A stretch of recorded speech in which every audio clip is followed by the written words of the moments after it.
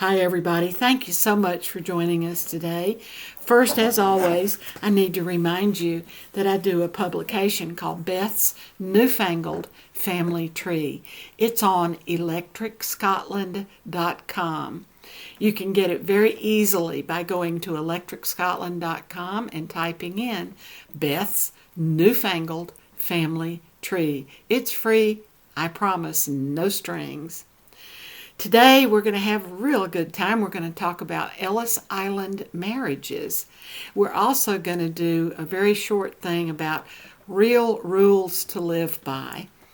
And they are just something that appeals to me and I think about all the time. Throw out the non-essential numbers, which include your age, your weight, your height. Let your doctor worry about those. Keep only cheerful and real friends. The grouches and mean people pull you down. Keep learning.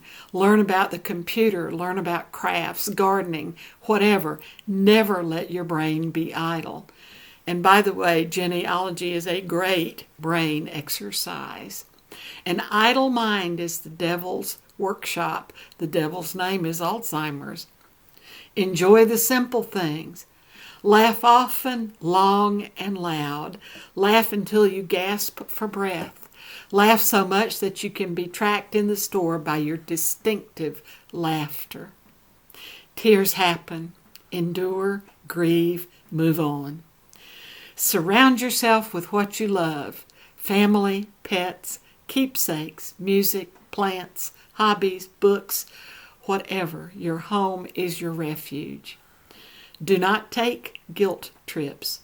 And maybe the most important rule of all, tell people that you love them and tell them at every opportunity. If you are my friend and I haven't told you I love you, it's by a great mishappen, and know that I do love you. Now, Ellis Island marriages. Marriages took place at the Ellis Island Reception Center. This fact recently caught a patron when I used to work at the library by surprise when we located an ancestor of his arriving in 1907. In theoretical legal terms, these ceremonies should have been reported to the New York Borough of Manhattan Health Department. Ellis Island was legally part of Manhattan at that time. In many cases, these marriages were tools of necessity for convenience and were dissolved shortly afterwards. This arrangement was important to the parties involved due to legal consequences in existence at that time. Unaccompanied women, regardless of whether they were married or not, were prohibited from leaving the Ellis Island Reception Center without an adult male accompanying her. I had a friend whose uncle served in the New York Police Department for almost 30 years, and he made a comment in passing many years ago that before I had any experience in genealogy, that one fear the New York authorities had about single women coming in at Ellis Island was that they would become ladies of the evening. If they had no family or friends waiting for them, criminal elements were always looking for unsuspecting immigrants to recruit. And I've thought about that many times since. However, it was quite possible that singles would have met on board ship. Some of these marriages were sincere in nature and lasted. This is another example of why I always caution patrons about judging the actions of their ancestors by today's standards. The legal environment is totally different.